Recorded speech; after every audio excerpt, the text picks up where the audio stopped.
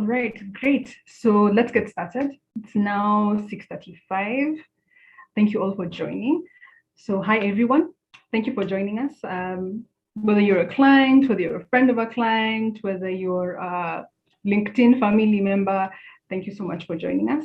My name is Beryl, and I run Angled North. I'm the founder and MD, and at Angled North, what we do is we focus on career development and advancement for people who are aspiring or current leaders. And our services are good for people who are thinking about getting a promotion, thinking about getting a new job, or thinking about starting a business or growing their business. So today we're going to be going through a session called After Hours. And After Hours is a segment we have where we just talk to current leaders about their journey in their careers, how they have grown, how they have how they've grown through it all, and how they have the challenges, the triumphs, and the things that they have learned along the way. So it's a mentorship session of sorts. And today we have Lawrence Githinji. Lawrence is the MD of East Africa for KONE, and he is also the former managing director at Atlas Copco, where he was leading East and Central Africa, which covered 15 countries. He has worked with Atlas Copco for 20 years in different roles, and that's across Africa and Europe. He was first employed at Davis and Shatliff, which we now call Dayliff, where he started off as a sales engineer, graduating from university. And then he later worked in Africa and Europe in new product development, in business development, in sustainability, and he has got a very deep understanding and knowledge of navigating change, especially in political and economic change, and also just what it takes to deliver growth as well in developed markets. So I think he brings a very different perspective. Most of us may not have had that type of dual experience, yeah? And Lawrence considers organizational leadership and change as very key components of success, and he's very passionate about leadership. In fact, he's mentoring quite a number of people, but he also runs a really interesting initiative called the Men's Book Breakfast, which he'll talk to us more about later. And Lawrence enjoys cooking, playing guitar, and also enjoys running. So I'm really looking forward to hearing what he has to tell us. So ladies and gentlemen, let's welcome Lawrence Githinji. So Lawrence, welcome, and thank you for joining us today. Thank you so much. Thank you also for that intro, very interesting. I thought I was listening about somebody else. Do you ever feel like, does it ever get weird listening to people talk about you and what you have done? Yeah, it's nice to be here. Thanks. All right. So let me know if you can hear me clearly. It's good. I can hear you very clearly. Awesome. All right. So tell us, actually, I want to start off with the Men's Book Breakfast. Yeah. What is it, and why did you start it?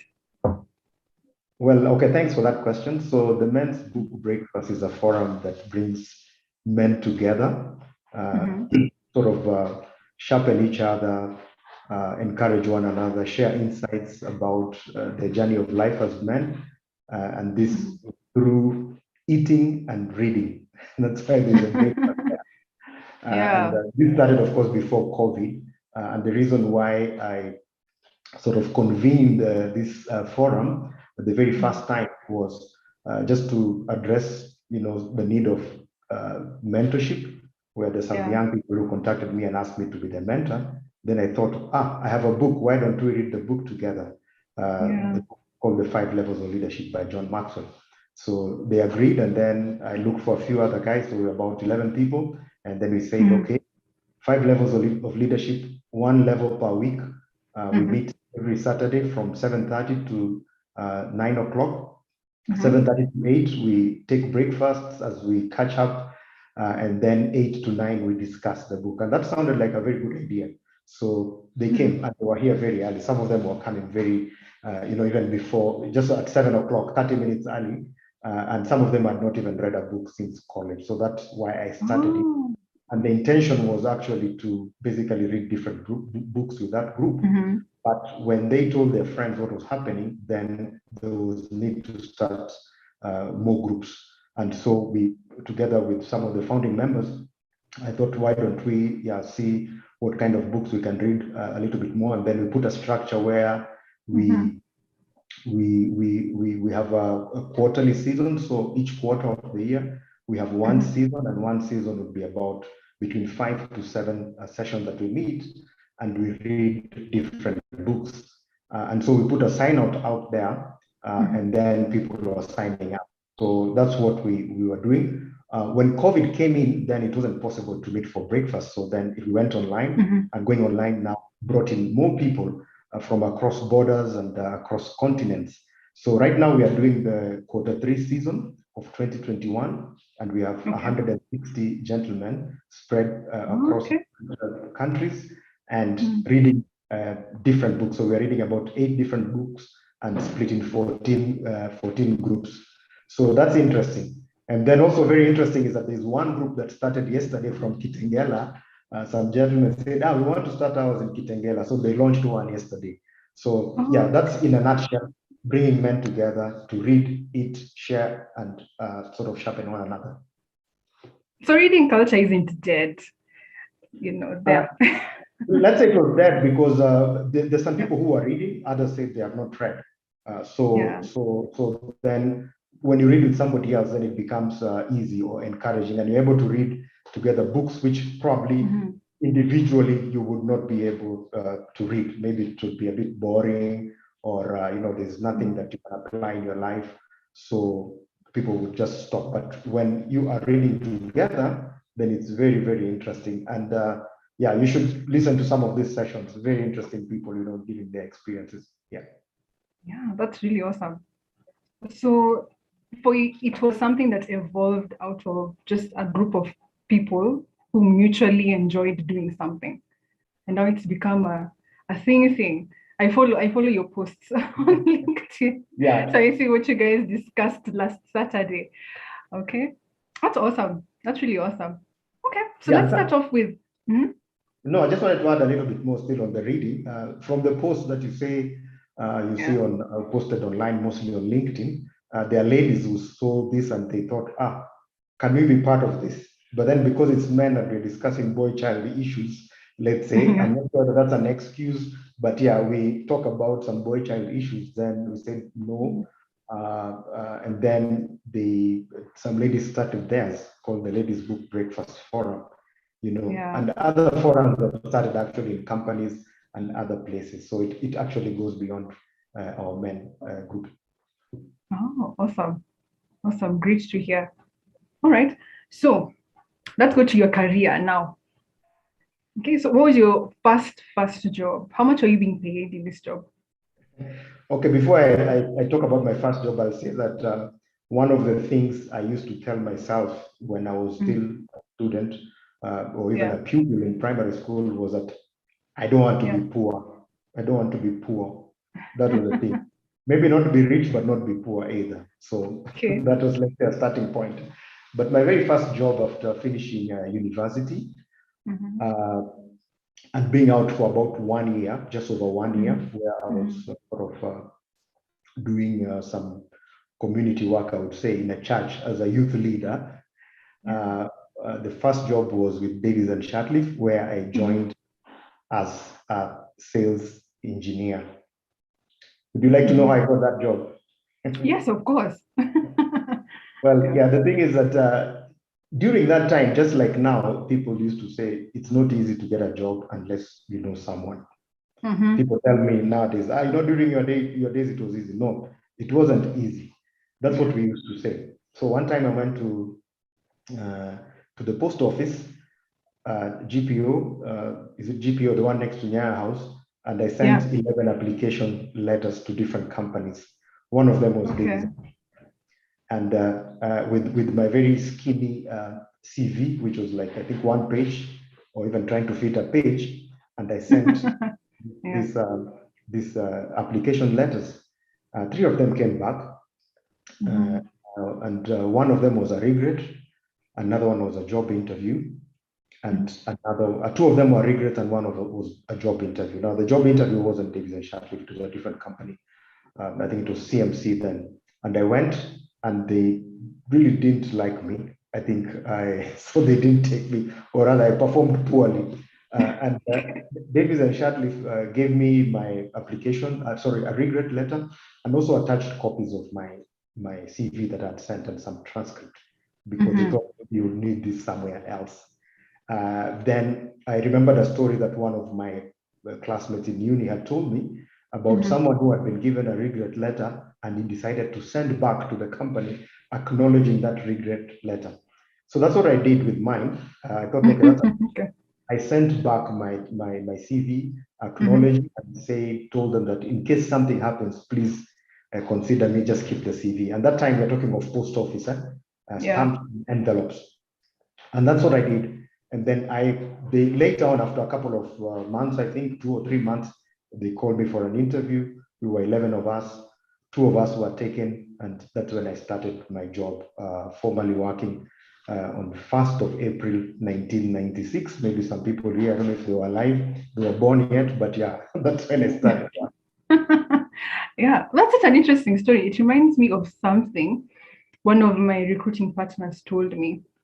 So they created this test for senior executives, they were hiring senior executives.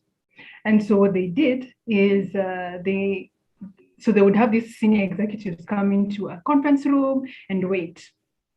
And then they see how they treat the tea girl, they treat the guard, and things like that, just observing them. And a very significant part of what they were hired for was how they talked to the receptionist, how they treated the garden. These common courtesies, sometimes we forget. Yeah. Saying thank you, saying please, and it's okay, I understand, and I look forward to another one. We forget that sometimes it's really key. All right. Yeah, that's important, yeah. And how much were you being paid? Okay. My first salary was Kenya shillings, 20,000 shillings. I've repeated shillings then. And during the interview, they asked me, how much would you like to be paid? Of course, we know this, whatever you say is not necessarily what you'll be paid. Yeah. But I said something between 15 and 20,000 would be good. And that's what I was paid. Then it was quite a decent amount of money, because when I compared with when I benchmarked with my counterparts who were in the banking sector, I was doing better than them. I think they were earning 12,000 or 15,000 shillings. And I was quite happy. And I remember going home, I was staying with my parents, who were civil servants then, and I was earning more than them. And my mom was asking me, so what are you going to do with all this money? Yeah, but I quickly adjusted to that 20,000 shillings, and it wasn't enough after a short while. I know. Gosh, you're so highly paid. I mean, my first salary was 3,000 bob, and I was a manager, by the way, for my first job. Yeah. Well, titles can be, you could be a director of a small, very small enterprise, maybe, with a very small, low revenue. So titles could be anything, but yeah, whatever you get is important, I would say, because you only earn the cash, but also you earn the experience, and it shapes Absolutely. you. Yeah. Absolutely. Okay, so let's start off working at Daily. What are some of the memorable points that you remember at that point? Well, okay, the first thing was, I think the very first day I reported to work, and I had no clue what happened really at the workplace, in a formal workplace. Of course, I'd done other tasks at home, helping with the chicken and, stuff like that. My dad had pigs, some duties that we are doing here and there, but, proper work where you go in a tie, I had no idea what was going to happen. So my first few weeks, I was put through an induction program, starting with accounts or finance nowadays, they call it. And just doing paperwork, handling transactions for a week, just getting to understand, and then going through the different departments just to understand how the business operates. And after that, I think after the induction program, I think it was about 6 weeks or so, I had a good idea of what was happening. But also what I liked about that induction was that I was given a project. So we were 2 of us, each one of us was given a project to do during the induction program, which you present to the directors. And that was interesting, because I did a project on price evolution of different products over the years. So you see, the engineering has been put aside. Now we are talking price right from the beginning. And that was interesting, I would say. So that's number one. The other memorable thing is that so I worked there for about 4 years and 4 months. And during those 4 years and 4 months, I received Best Employee Awards, 3 of them, Employee of the Year Awards, 2 of them for the department and 1 for the company. And so that was really, really nice. I wasn't working for the awards, but I think just trying to get myself engaged, and every time I did something, I needed to do it very well. So that was quite memorable. As well as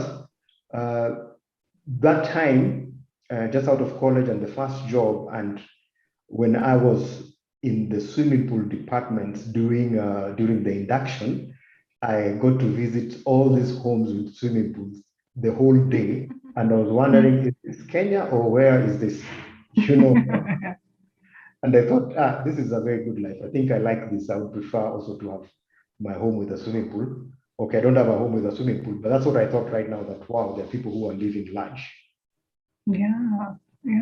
So it exposed you to a lot of things in business from then, not just the technical side of things. Yes, it does, because as a sales engineer, my work was to, of course, make proposals to clients, do site surveys, go to site and then see what they need. And we have different types of products: service pumps, borehole pumps, drainage pumps. And so I got exposed actually to apply the technical knowledge to solution solving, as well as commercial aspects of negotiation, dealing with clients, dealing with difficult clients, some very, very difficult, and others who are, I would say, notorious in terms of they don't want to pay, or they don't want to pay quickly, and all sorts of clients who are mad, will come bang your table, and very good loyal clients. So we had all sorts of clients, and also just the pressure of meeting targets and ensuring that you develop. So I got, I think, some very good exposure. But one thing I would say that I learned during that time was flexibility. When one person was away in a particular department, I would be called upon to go and sit for that person. The normal reaction, okay, the first time it was okay, second, third time, then I thought, why am I the one who's just being sent to another department, and it feels like you're being misused? But I remember my manager then telling me, Lawrence, consider that as a plus, because you get to learn more, and also you're seen as a valuable asset, and so I took that positively, and that has been there up to now, that flexibility. I like it. Yeah, I can tell by your career trajectory, definitely. So where'd you go next? Well, so I worked there in Davies and Shatcliffe for 4.5 years, 4 years and 4 months.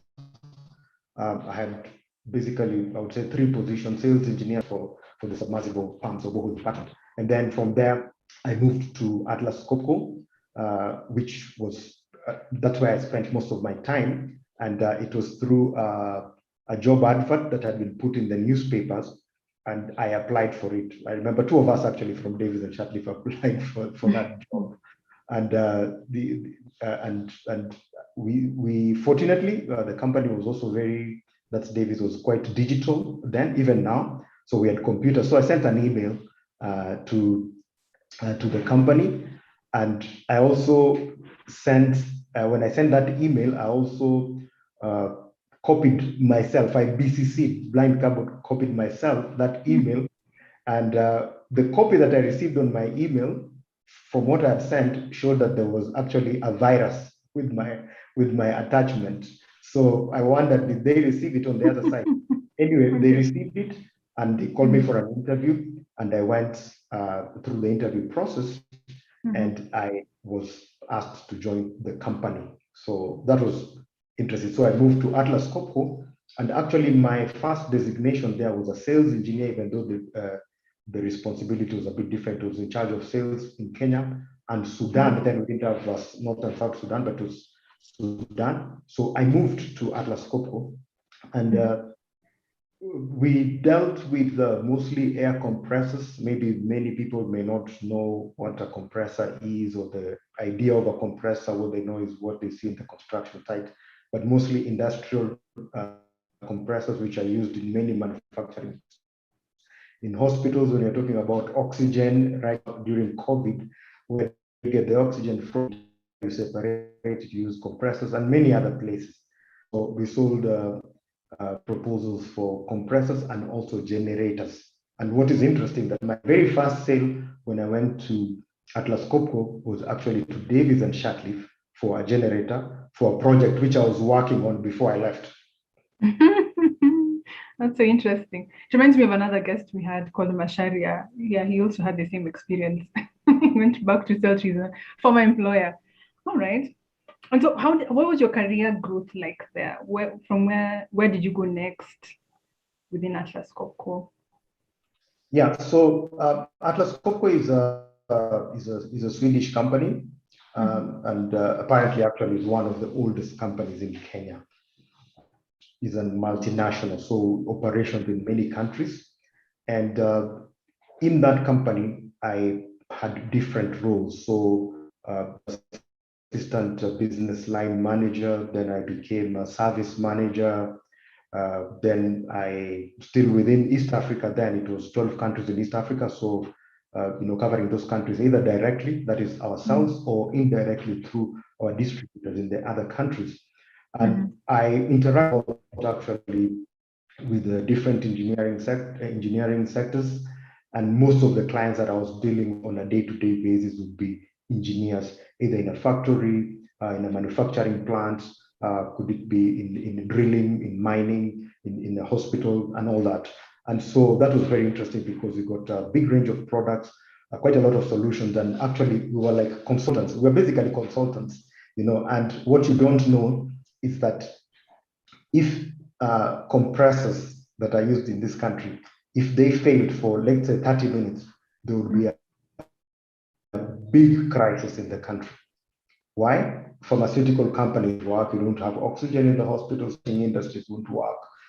Beverage manufacturing, maybe the only good thing is that people will remain sober because breweries will come to a standstill a little bit, but they impact basically all aspects of society. And then I got exposed quite a lot to what happens, and some good exposure. So I moved to a role within the company, that's Atlas Copco in Europe, as a global product manager. So I moved to Antwerp, Belgium, which is the headquarters for the compressor industry globally, and the biggest compressor, let's say, manufacturing plants in the world, and quite a lot of engineering, quite a lot of development happening. And so I moved there. So how was this move? Was it a transfer? No, it was not a transfer. It was looking for jobs within the group and applying and going through a competitive recruitment process. So that was interesting. Okay. What was the rationale for that move to Belgium? Well, basically, I wanted to grow myself within the group and also grow my career. And I saw that at some point I was feeling a bit tired, restricted, and I wanted a bigger challenge. And I've always wanted to get a bigger challenge. That's the term that we use. And even together with my wife, normally, I would tell her I need a bigger challenge. At the beginning, there was a quick introduction that was given, but I think at this moment, also very important to say that I am married for many years, 24 years last week, and I have 3 children, 22-year-old boy, 18-year-old girl, and a 13-year-old boy. So when I was making this move, now it's moving from Kenya to Europe, that was me moving together with my family. So we all relocate as expats. So I applied for a job. I was given the offer and I moved. So we moved as a family, and then that opportunity opened up a completely different and very extensive, let's say, universe for me in terms of work. Why? Because one, I had a portfolio of products as a global product manager. And I was dealing with all the big markets in the world. So you talk of, in Europe, you're talking of Germany and France, Netherlands, UK. Of course, you have the US, then you have the South America, that's Brazil. Then we had also Asia, that's China and India. Many countries, but I focus on the big ones. And then I was also responsible for product developments for my products. So, and here we're talking of, I hear they are launching the new iPhone 13. Yeah. So there we dealt with compressors. So the same way that an iPhone is going to be launched is the same way that we launched our products. And as a product manager, then I had my products that I would launch, and I would go through the product development process right from the beginning, which you call the ideation phase. So you have an idea, and you sort of try to get a product out of the idea. And this product, it's a physical product at the end, or a kind of a service, and you put it through a product development process, working with the different teams, forming project teams, people from engineering, from supply, from production, buyers, and all that, so that you're able to come up with a product. And every time you go and defend each step of the process of the development to the management and say, we need a budget for this, we need more money, we need to do tests in different countries. And so that was very interesting and exciting, sort of to be part of that whole process, and actually to be the driver for the process for my products. Yeah, that is really awesome. My gosh, I have so many questions, and I'm sure a lot of you have so many questions as well. So guys, if you're on Zoom, please just in the chat, start sending in your questions so that we can prioritize them. And as well, if you're joining us on YouTube, please send in your questions. Just type it in the chat. We'd be super happy to take them once we've gotten like halfway through the session. So please just type it in. Yeah, let us know if you're new as well. We'd love to say hi to you. Yeah, but Lawrence, okay, let me catch myself. Let me let you finish the journey at Atlas Copco. So what happens after Belgium?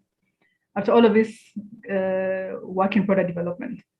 Yeah, so after all that work, I came back to Kenya. So there was an opportunity to come back to Kenya where they were starting up a new, let's say, business area in Kenya, which they call the construction business, focusing on really the construction aspect of business, because then with the infrastructure projects and energy, then it was necessary to sort of align. And globally, that was a trend. So there was an opening in Kenya, and I was asked if I could come and take up this role. I thought it would be nice to actually touch base home with my family again, especially the kids. And so we packed our belongings and came back to Kenya and took up that role as a general manager, actually regional general manager for Atlas Copco construction side of the business. And then covering again, then it was 12 countries. And then after a short while, took over the entire business of Atlas Copco, which was not just construction, but also the industrial part of the business, covering 12 countries still. And then after that, got additional 3 countries. That's Zambia, where there's a lot of mining, DRC also a lot of mining, and Malawi, make them 15. As also still regional general manager and also managing director for the company. And a lot had changed actually when I came back to Kenya, because Nairobi itself had changed a lot. It was a big construction site. Then it settled a little bit, and now again it's back to a big construction site with the expressway. The prices had gone up, things have become so expensive, but it was interesting to just see all this evolution also of the countries, South Sudan splitting, and the activities that had in Tanzania in the gold mines, underground mines, very interesting, and in Zambia, Ethiopia coming up, and all these markets. So it was a privilege actually to come and now take group strategy and roll out locally with the teams in these countries where I was responsible for. Absolutely. And you're at Atlas Copco for 20 years. Yeah. So you had quite an illustrious career there. What are some of the successes that really stick out to you? Things that you really look back on with pride? Well, I think, first of all, being a pioneer, or let's say in many of the tasks that I took, for example, when I came to take up a leadership position here as the overall leadership, so I was the first Kenyan to do that. During the process also, before I went to actually work in Belgium, I had taken up a 3-month project there, and I was again the first African to do that. And I was also a mentor there as part of the what they call international program for professional development, mentoring other people from different countries where Atlas Copco is in Europe and taking them through different projects. So I think that was interesting. Excuse me, but what I liked, I think most was to be able to work closely with our colleagues who are in China and in the US, and making them buying into the products that I was responsible for, and making them think a little bit, what do you do better? And that was really, I think, interesting. As well as when it came to sustainability, we had, the energy efficiency regulations coming up, and with my products, just looking ahead and seeing which future regulations are coming up, and can we develop products? One of my products was electric motors. Can we develop those products or packages to exchange the old inefficient ones with the new ones? So we developed exchange packages. So you bring in your old motor, we give you a new one, or rather we go and install, and then you're able to have very efficient products, and you're also able to benefit from rebates that are coming from government. That was in the US and in Canada. So those for me were interesting. I think also just being able to go to different markets and train people in India, and just have a different way of doing things, from an, let's say, African perspective, where we are very relational, and bringing that relational part into the marketplace, especially in Europe. I think that was well appreciated, and it was successful. Okay. So I can see you're really interested in organizational change for sure. And just bringing in, I think, a new perspective into things. Yeah. So I'm thinking, okay, let's start off from the personal side. So first of all, you're moving to Belgium. So there's a transition you go through as a leader when you're making such a move. But then there's a transition your family and but that you also go through on a personal side. So how did you balance those things? So it's a lot of people find it very tricky how to manage that transition.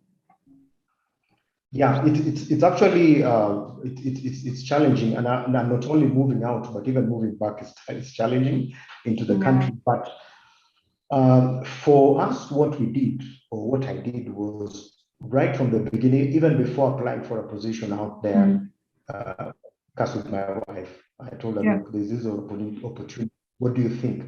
Because even my wife has other things that she's doing. She's not just waiting for me to say where we're going. So we discussed beforehand, and we thought actually this would be a good opportunity for us to sort of expand our territory. So we decided, let's go for it. So even before applying, not even knowing whether I was going to be successful or not. So we were aligned right from the beginning, and with that alignment, then I was able to apply.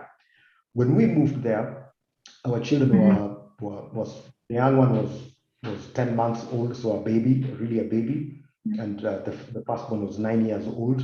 The kids were quite excited about it. I think for them it is easy, but it was more of myself and my wife, and making sure that she's very comfortable in a country where they speak Dutch. The part of the country where we were, they call it Flemish or Vlaams, or it's basically Dutch, even though most people speak English. So to go into this place and then everybody's white, and then the weather is, it was in end of October, it's winter. So we were aligned, number one, and so we were geared to it, and it made sure that before we moved, things like schooling had already been sorted out, things like housing where we were leave had already been sorted out. So we went with my wife earlier on just for a week to make sure everything was tidied up. And then now we came back and we all moved and we were aligned. And of course, it meant change of lifestyle because you don't have house helps that in Kenya we had. So when we moved there, then we basically shared responsibilities with my wife for the house. So go buy bread every morning with the garbage. We will share, okay, washing of dishes, even if it's a dishwashing machine, tasks around, ironing clothes. My wife hates ironing. So of course, then I took up that. So those kind of things, basically sharing responsibilities so that we are all aligned. I'm going to your personal question. Sure. So what would you tell someone who maybe their spouse is not as aligned? Let me put it that way. What do they do? So you have seen an opportunity, okay, but maybe your spouse is not gonna be too happy about the move. Well, I think if it's something that's going to uproot the family from one place to another and both of you are not aligned, then just drop it. Just drop it. It's not life and death. Yeah. Or if or you look for something else, or maybe if you manage to convince them, then that is fine. But don't bulldoze your way and go and drag somebody along and they're not really into it. Sometimes people may not want to move because maybe they're fearful. But then if you discuss it and just look at, maybe you do pros and cons. We actually wrote what are the pros and what are the cons. We typed them out and we saw, okay, which one outweighs the other, and then let's go. So to have that conversation is very important, but have it before you even apply for any job, unless you're being transferred by force, in which case there's no much discussion that you need to do. Absolutely. Okay. And so one of the things I think, especially if you have worked in a multinational, one of the things I noticed working where I was, so at Nielsen, I worked at Nielsen, is that you had a better chance of getting into higher roles, more responsibility, if you had developing market experience and you had developed market experience. So people really fought, not fought like physically, but you get it, like they fought to come to Africa or to go to India to get that sort of experience if they came from a developed market and vice versa. So was that the kind of thing that did you note that at Atlas Copco? Was that a deliberate thing that you saw and followed, or it was something that just came together? Well, it's true what you say. Many organizations have nowadays, or even from that time, what you call internal mobility. And the reason they have this internal mobility is to be able to expose people to different experiences, as well as to bring different experiences to a new place so that it's quite diverse and you're able to benefit. And so that is important. So what does that mean? Well, that means that if you work in such a setup, then you need to be willing to get out of your comfort zone and go and get some experience somewhere else. You're not being transferred, but you're responsible for initiating that, interest and showing that I need to move. And so that is the same also in the company I work for, and even in our company right now. So you'd find that if you just sat in one place and you're doing a fantastic job and you wait to take up the next higher position, and you find that people are just coming from outside, they're taking the position 3 years ago, you're just there, mark timing, you're not moving, and then you wonder what's happening. Yeah. Really, it's all about that willingness to get out of your comfort zone and to be mobile internally, And I've discussed with my colleagues, and some of them had to go to very difficult countries and challenging in terms of business and other aspects, but later on were able to sort of get their desired roles. So that's very important. That's what I encourage people. That internal mobility, very important. Even the company that I joined now, maybe we'll talk about it later, but the first thing I told people, look, just go into your job market because you have jobs advertised in the company. Apply wherever it is. If you think it's nice, apply and go, and we will release you. You just go. We know you're going to come back, or you'll go somewhere else and even do better. So it's very important to be willing to step out of the comfort zone. And there are people who have written about this. I think there's a quote I wrote somewhere some time back when I was really get very inspired, which doesn't seem to be happening nowadays. But I would say that the first step towards growth, or rather the journey towards your growth, is taking that first step outside your comfort zone. Yeah, absolutely. Okay, so I have a little, I'll just look at the comments here. Okay, so Mumbi says, the book forum idea is interesting. Whom should I contact in regards to joining the ladies book forum? Yeah, so the ladies also want to know how they can get involved. Okay, and Catherine says, good mentorship there, great you're mentoring younger men. I mean, this is a forum for older and younger men. That's correct. It's both older and younger men, and it's not me mentoring all the men. It's actually that the men mentoring each other. Probably some of them are in this group. I don't know, they're listening, but yeah. So it's both old, young, career mentorship, personal mentorship, different aspects of mentorship. About the forum that's being asked for, so that we can share with you the link to. They actually have a LinkedIn page.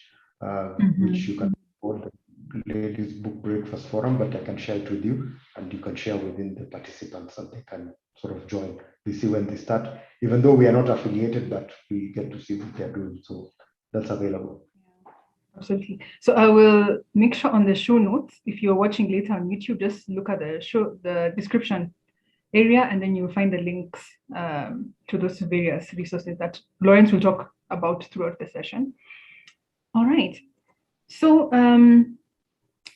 so you moved to Belgium, and now you're leading a multicultural team, like you mentioned, very different ways of everything, not just about doing business. So give us some examples of areas that were particularly challenging for you, and then how you navigated through those. Yeah, so okay, just to correct first, when I moved to Belgium, I was part of a multicultural team, so I was not leading a team. As a product manager, I was myself on my desk, and you think what you want to come up with in terms of projects, then you come up with a project, and then you form a team, and then of course that team would be for that particular project. So it wasn't like a permanent team, and because we'd have several projects running at the same time, so we'd have different teams that are working on different projects. Something very interesting actually that I found was there was a project that we were doing in China, and it was for sort of remanufacturing some components, and some clients were complaining. They were saying this remanufactured component is not very consistent, because some of them were working well, others not working well. They go, and then after some time they're back, the components that had been remanufactured. And we tried to find out what was happening, because these people are quite experienced. And so I went over there, discussed with the one in charge. We looked at the processes that they were doing, and then we discovered that every let's say technician was doing their own. They did the work according to their own methods, not according to the methods that had been prescribed. So of course, the quality standard that was coming out at the end was not the same. So I told them, no, you don't need to do this. Let's follow the later procedures. But then I took it a step further and asked their leader to just come with me. So they came to Belgium, and then we crossed over to the Netherlands, where we had a similar facilities that I was responsible for, and took him through the process, and then they saw what was happening there, then told him, just go and do likewise where you come from in China. And they went and did that and changed everything completely. So quite a lot of things that you can learn just from one market to the other, but also just to be able to dig deeper and find out why are things not working out. Just going to the root cause, sort of. I'm not just saying that this product is bad, these people are not skilled, but going a little bit deeper, and then you're able to understand the problem and solve it. And we're able to solve this problem just by doing that. Interesting. Wow. And I've seen situations where people even consider unlisting is it delisting? whatever it is, delisting a product. And actually, sometimes it's the exact same issue you're talking about. There's something that's just not being communicated, right? Or culturally, something's not understood in the same way that it would be easily understood in your country or in your context. Okay. Yeah, I mean, it could be blacklisted just for no, because people didn't do some good investigation. Absolutely. Okay. So I was thinking about you as a cross-functional leader. Yeah, where you don't really, these are not people who directly report to you. They are just with you for a short period of time. Yeah.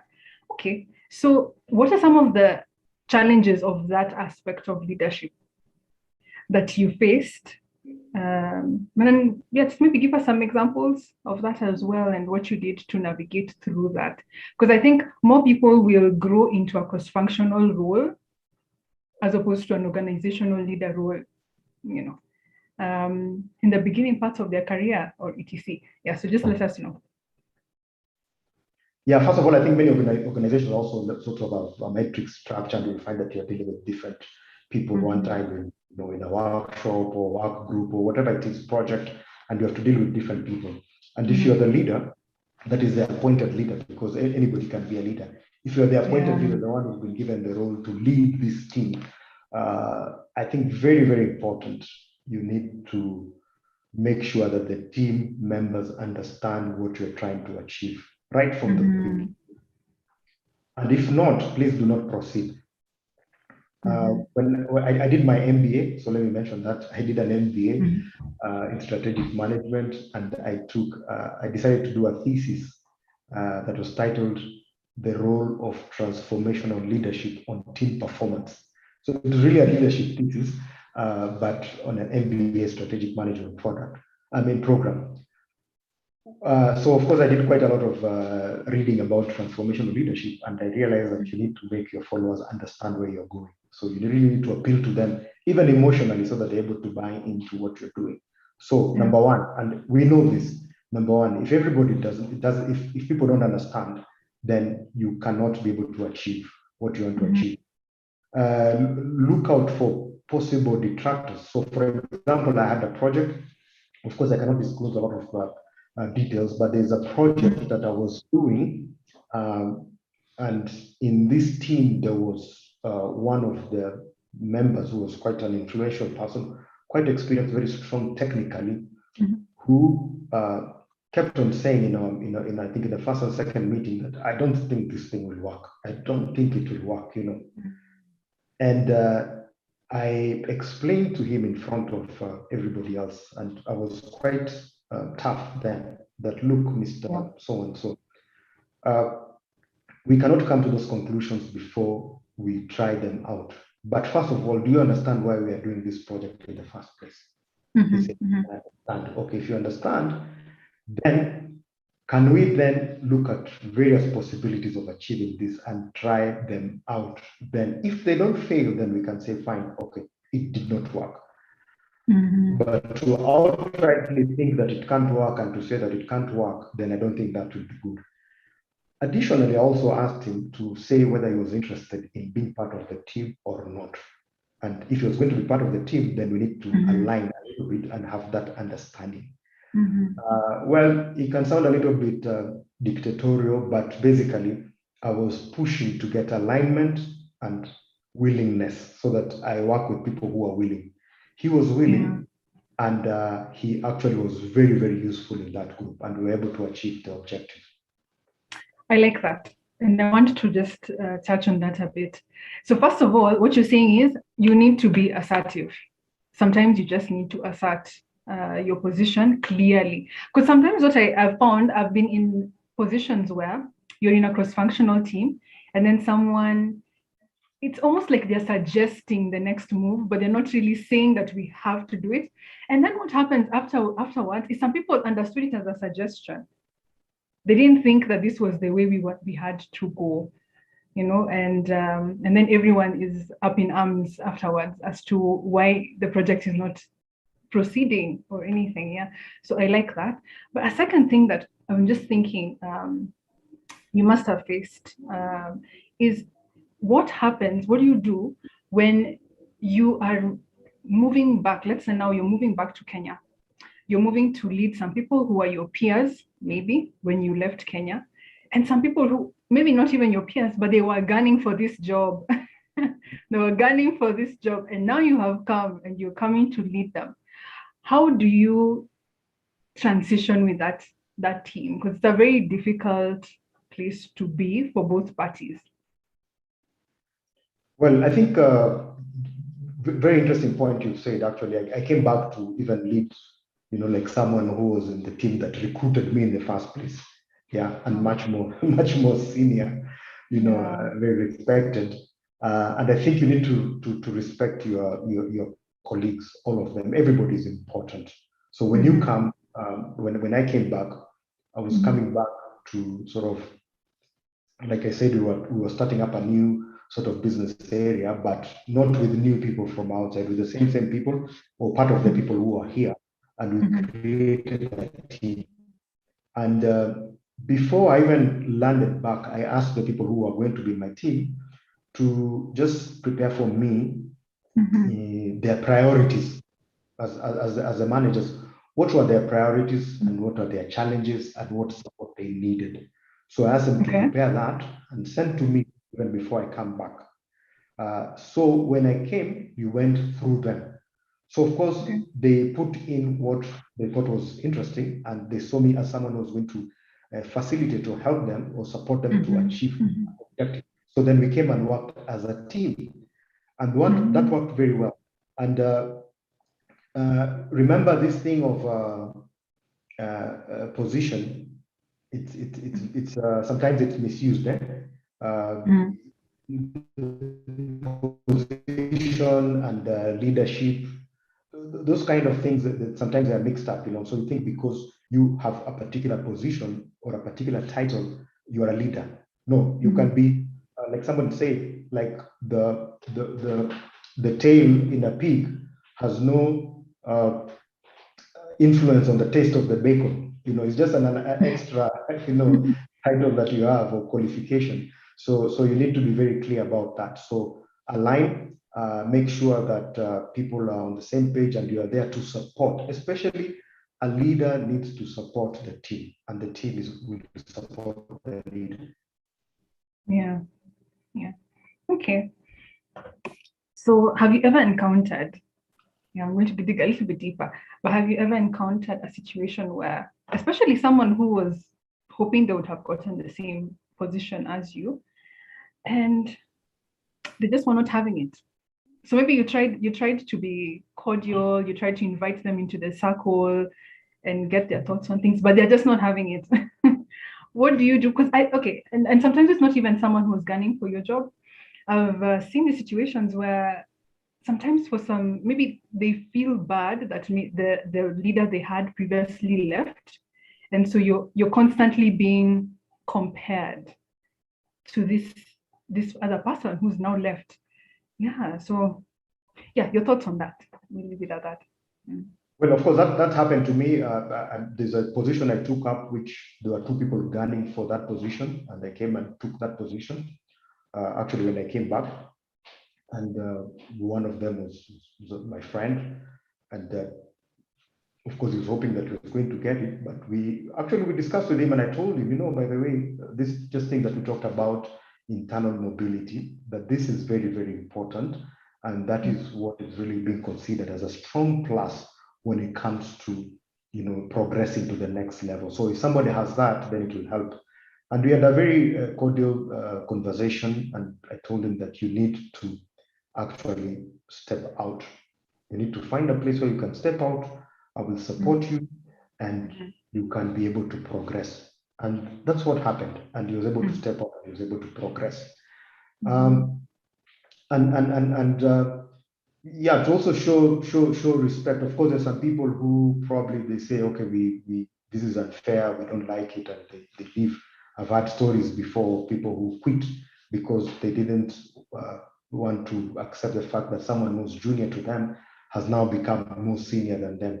But remember, when you come to work, you're coming from different places, and here we're talking about employment. We are all in employment. Of course, if you are an entrepreneur, that's different. Nobody's coming to take up your position. But those of us in employment, we've come from different places from home. We come to work, make a career, and then go back home. And the people who are important, who should influence your decisions, are basically the people at home. If you have a family, those are the most important people, not reacting to the external environment and making decisions on that. Then that's going to be very, very difficult. Yeah, there's something someone said, be the thermostat, not the thermometer. Yeah. Okay, I like that. All right, so there's a question here from Murad. Hi, Murad, thank you for joining us. He asks, a quick one maybe. Let me read it. Hi, sir, thanks for your time. A quick one maybe. What are some of the things that you did to adapt fast in a new work environment, a foreign country in that sense? Okay, thanks for that. Okay, so depending on where you're going, the aspects to do with the workplace and also aspects to do with where you are living. Very important. First of all, where you're staying at home, if you have a family, so you need to make sure that you understand what's going on, where you can buy groceries, where you can buy, for example, in our case, my wife wanted to find out where can we get a big packet of rice, and in Europe, they don't take a lot of rice. So ask the taxi driver, and the taxi driver tells you, oh, there's a place near Antwerp Central Station there. They have this shop, and you have this, decent immigrants, from North Africa, and there you can get big packs. So the practical aspects of living, that's very, very important, and ensure that the family is comfortable, you're comfortable at home. Once that is done, of course, then you at the workplace try to learn as much as possible. And it's okay to ask questions, it's okay to ask as many questions as possible. And people are always willing to help. Remember, I was one Black individual in a place where we have more than 2,000 people. So you stand out clearly. If you don't come to work, people ask, where were you? You can't miss you. And so, but all these people were willing to help. Even though I was different, we were all willing to help. So ask questions and adapt as quickly as possible. If there is, if it's a country that speaks a different language, for example, there it was Dutch, and you could get along actually with English, you could get by basically everywhere with English because most people spoke English. But we also tried to integrate a little bit by learning some Dutch. So we took Dutch classes with my wife, and so we can speak some basic Dutch, we can find our way, ask questions, have some simple conversation in Dutch. And that was helpful because then during weekends, you can go to places, you can reserve a table, you can do a couple of things, So that integration is interesting, is very important. And also, sorry, just one more point, and also try to meet people from that country. I know if we are Kenyans, we want to go and meet with other Kenyans, which is good, but also make friends from those countries. Then it enriches your experience. Absolutely. Okay. And what was it like for your kids? Well, for my, so I have 3 kids. So our firstborn was 9 years old when we went. So he went to 4th grade, and he was able to quickly adapt. The school, okay, fortunately for them, it was an English-speaking school, an international school, and the school prepares for people coming from different countries. So they're able to adapt quickly, and also our daughter, the same. But for the young one, because the young one, he was small, he was still a baby. But when he started going to school at 3 years old, then we put him through the local Dutch-speaking school, And okay. He was really, the first day he cried, the second day he was okay. And then after that, he enjoyed school, he spoke Dutch. And when I tried to do homework with him, reading Dutch books, he told me that you don't know how to read, your accent is not Dutch.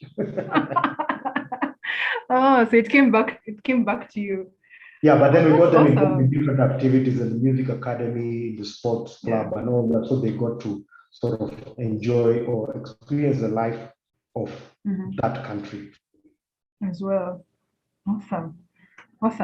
Okay, and William says, hi, Lawrence and Beryl. Thanks for this talk. Lawrence has an amazing journey. Brilliant.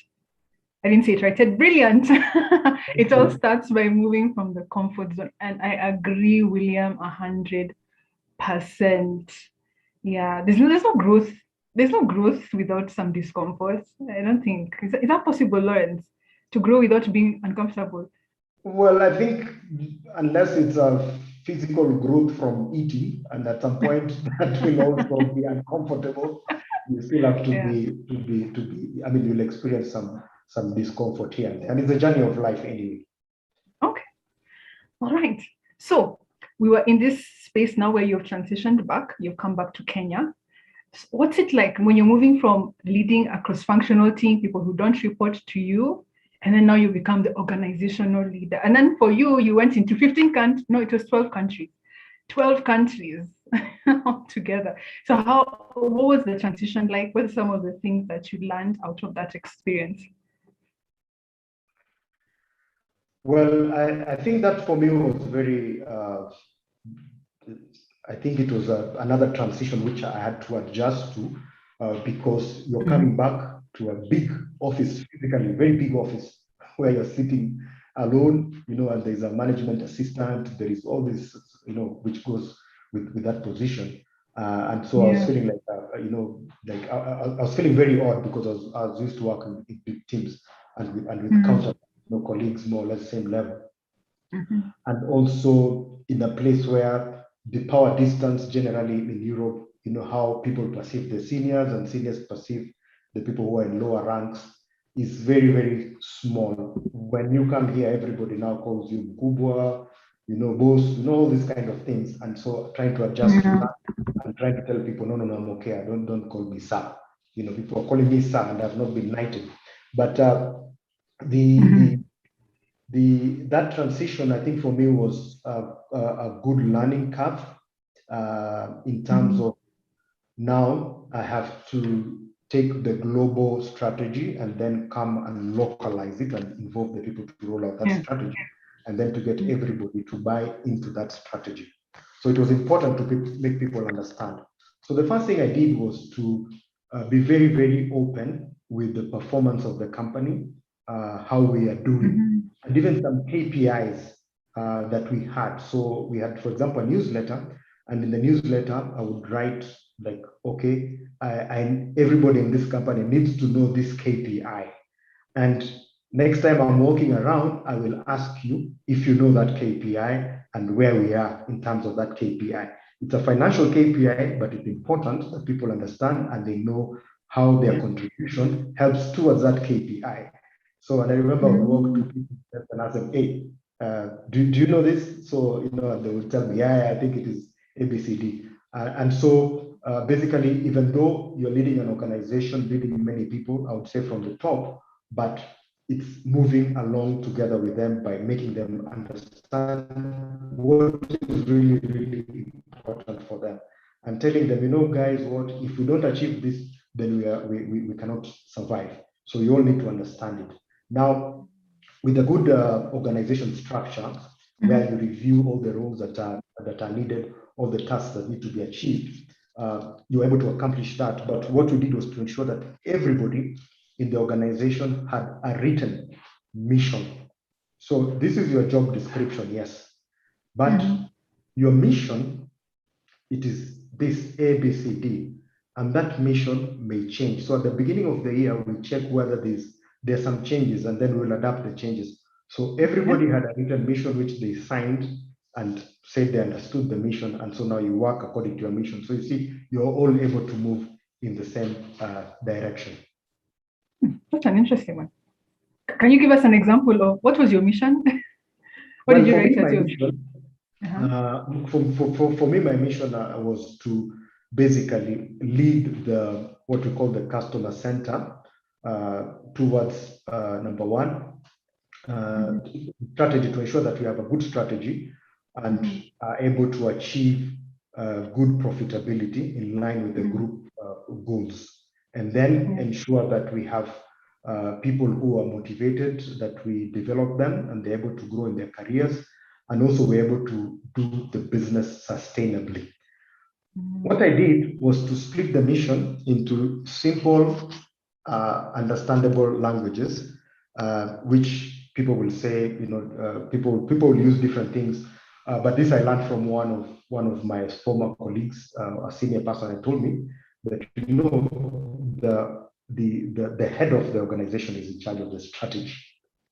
The business line managers or departmental managers, whoever they are, there is in charge of market share, and the finance people are in charge of working capital.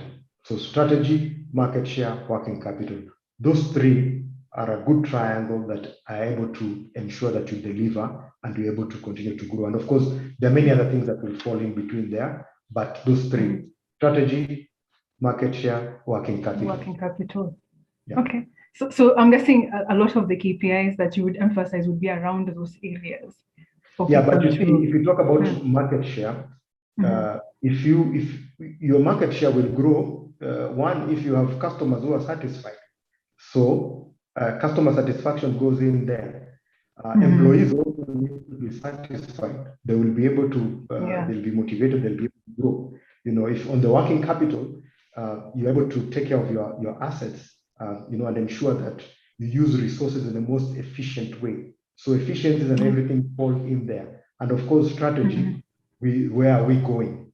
So very clear, simple, and straightforward, I would say. Very, very awesome. Okay. And let's talk about just, because you were at Copco for quite a period of time, 20 years. So how would you go about building your personal brand internally if you want to grow within the current place where you are? Yeah. What would you say someone needs to really consider, or maybe what are even some of the things that people misjudge or don't take into account when they're doing it, and what should they really do about it? Well, first of all, I would say that personal branding is very, very important, and it should not be mistaken with other things. But even before I go to that, for those who read the Bible or you've heard the Bible stories, there's a place where Jesus, he was with his disciples in some villages, and he asked his disciples, he asked them while they were walking, who do people say that I am? And then, they told him, people say that, you're the John the Baptist, you are Elijah and all that stuff. And then he asked the disciples, and who do you say that I am? Yeah. And I think one of them said that you are the Christ. And he said, that's it. So I would say that Jesus was doing personal branding, or what are the characteristics that people associate with you or with your name. So Jesus was trying to do that, and I think it's important. So it starts from there. Maybe also in the Quran, maybe Muhammad had a similar conversation. I don't know, but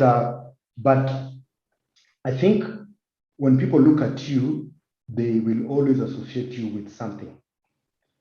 When we were young in the playground, and you split people into groups, let's say football teams, and then you start picking players, and then if you're picked last, of course, you don't feel nice. You want to be picked first. So the people who are picked first, of course, they are not that they're able to perform, they're able to deliver. It's the same thing. Are you going to be a first pick? There's a small article I wrote about actually, I think it is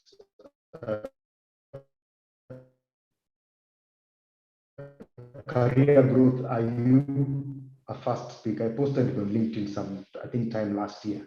Are you going to be picked first when it comes to being part of the team? And that is affected by your personal brand. So it's very important. So you need to be known for something. So you need to find something that you can stand for, or you can be associated with something. Maybe you have fingertip knowledge. One of the things I was told when in my very first job at David Chatliff is that when we went for a meeting to discuss our debtors, I had fingertip knowledge of all my clients, and where things stood. So I was known for that, and whatever I said was valid and updated, So I was known to have fingertip knowledge of what I was doing. So what are you known for? And these people, is it only the people in your department or in your team who know this, or people also in other teams? So across the organization, people should know what you stand for. That's very important. There is the aspect of promoting yourself. So in Swahili, some people say kiherehere, but that's not what we are saying. What we are saying is that if you get a chance to sort of stand out or do something, please do it. So I give you an example. Before I moved to Belgium,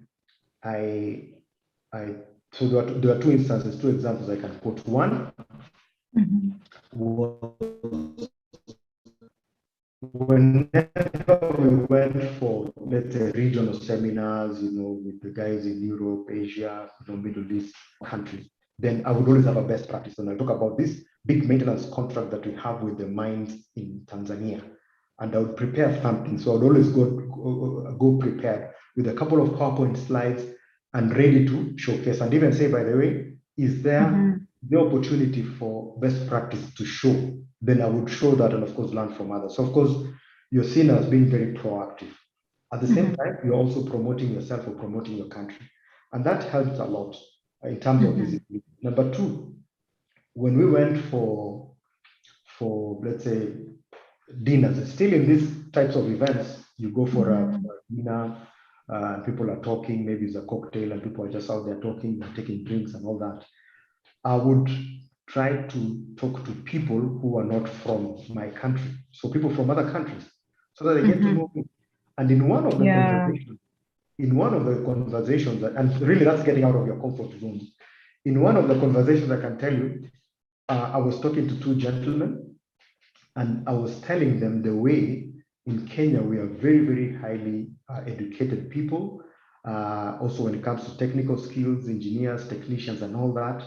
And I told them, you know what, because we're saying, in the country, if they look for somebody, they don't have a technician, it takes long to fill up the position. I told them, for us, we just step outside our gate, and then I ask someone who's passing, by the way, do you know anyone with this kind of a technical one?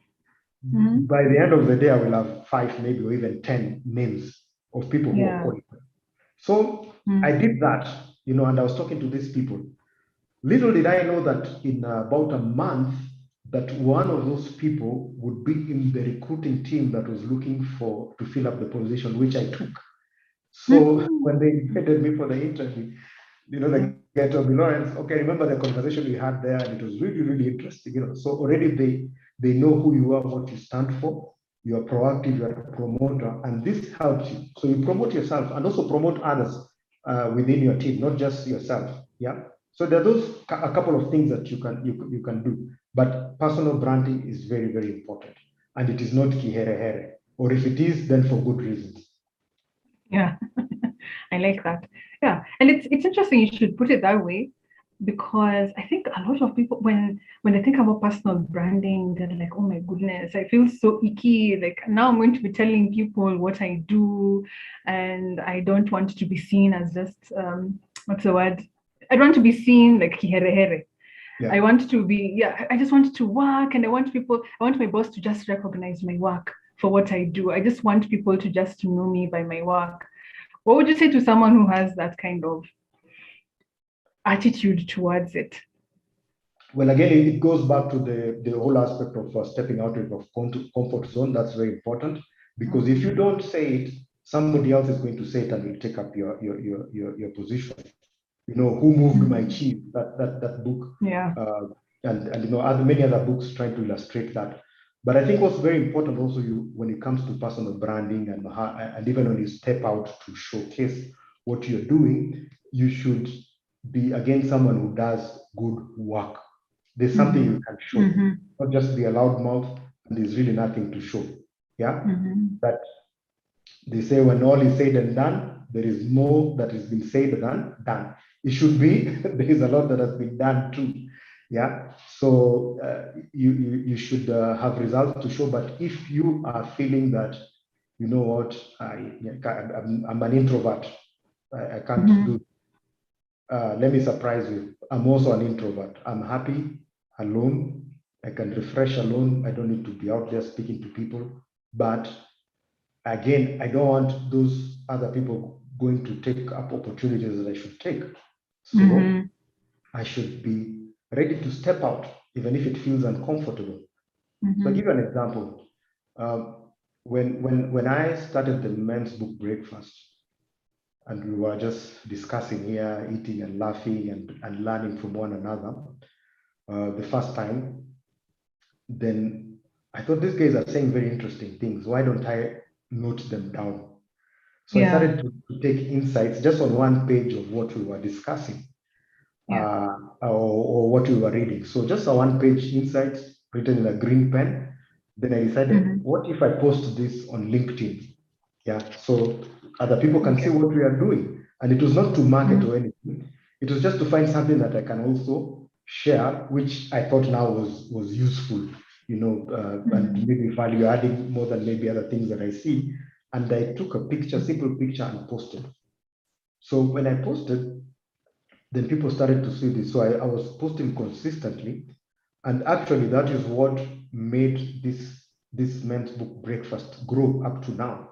And other people now a lot of people are normally posting. You'll see on Saturday and Sunday a lot of participants posting, and they're even very high tech, with all these apps for making all these things, and quite impressive, And so from this small action, then you have a lot that is starting up, as well as other people telling me that, somebody told me that he prints these things and then goes and shares in the management team in their company. And they ask him, where do you get all this stuff? And he doesn't tell them. Hopefully they don't see on LinkedIn. So there are these small actions that you can do. You are basically showcasing, and you're getting out of your comfort zone and doing something. And when you do something, it gives you that kind of visibility. And I think it's important. And probably that's why you also saw me. I don't know. Yes, we see the updates. But I think, just to add to that, having the clarity of what it is that you want to be known for is also so important. When people ask you, so what would you be, like what you're saying, raising your hand and saying, I want to be one of those people who takes the internal mobility program. But if you're not even clear what you want to do, you look like you're still in the, what's it called, like explorative stage, people will be like, oh, she's not sure. Okay, fine, let's just leave her alone. Let's move on to someone who looks like they are more ready. And just being prepared for those opportunities, being able to articulate clearly what you can do and provide for these different opportunities, I think is so important. Okay. So now I want to talk about now your transition into KONE. Yeah. So after 20 years in one organization, you can imagine the amount of knowledge and goodwill and all of these different things that you have built in an organization. So now you're moving into a completely new one. You have not worked before and everything. What was that like for you, making that transition? And how did you prepare for it? I think that transition was very interesting for me. I was actually not at a point where I was saying I need to move to a different company, but I was at a point where I was saying I need a new challenge. And this opportunity came up. I followed it very, very closely. And in terms of trying to understand what is really all this about, should I agree to go or not? But eventually I joined them. And it's been very interesting because I saw that these companies were quite aligned. First of all, one is Swedish, the other one is Finnish. So there's some sort of Scandinavian philosophy, which for me was very clear in terms of how they do things. And then organizations going digital. So in Atlas Copco, we had digital platforms, connectivity, of our equipment. We could monitor equipment from far and all those kind of things.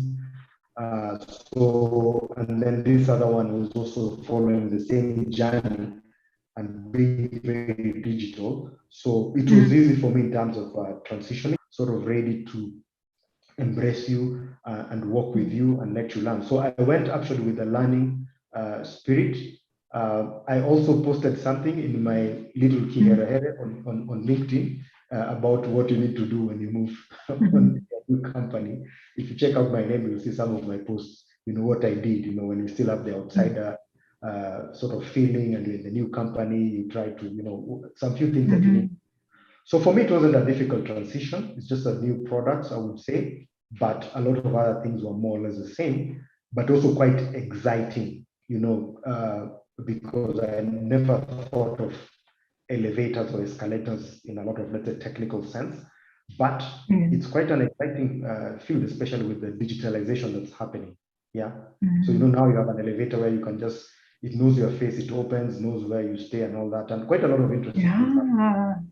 Yeah, I saw that post. Was that today on LinkedIn? It was yesterday, must have been, or the day before. Yeah. Yeah, very, very interesting. Yeah, there's a lot of innovation, I think. And sometimes that's really the excitement. So I would say, would you say, Lawrence, you're more of an innovator? Well, I would, let's say I have a creative mind. I'm not the one who's developed all these products. Of course, the people who develop, but I can tell you that one of the reasons why I had a LinkedIn account many years ago as a product manager, I wanted to get ideas of what people think, what they like, and that was a good forum to collect these ideas and then look at them and see what can we do with these ideas. So a creative mind, I would say. That's awesome. Okay, so guys, please post your questions, whether on YouTube or Zoom. Just post your questions in the chat. We'll get to them. Yeah. So William Karuku asks, how do I join the men's breakfast? Okay, so I will also post the link there, but if you search the men's book breakfast on LinkedIn, you'll be able to see the page, but we will also send the link there, and then you'll get the next sign up that's coming up in Q4. Awesome. Yeah, and also just, they can connect with you on LinkedIn, right? Sure. I mean, everybody can connect with me on LinkedIn up there. Yeah. Also on Twitter, but not very But connect with Lawrence, and Lawrence is really active on LinkedIn. Yeah, so you'll be able to see some of the things that they're learning through the men's breakfast. You can catch up on some of the books, even though you're not part of the men's breakfast right now. I think that's also really good. Okay. All right. So let's talk a little bit about now leadership development for you. What are some of the things you look for when you're hiring a leader? A leader at any level of the organization. What are some of the things that are really critical?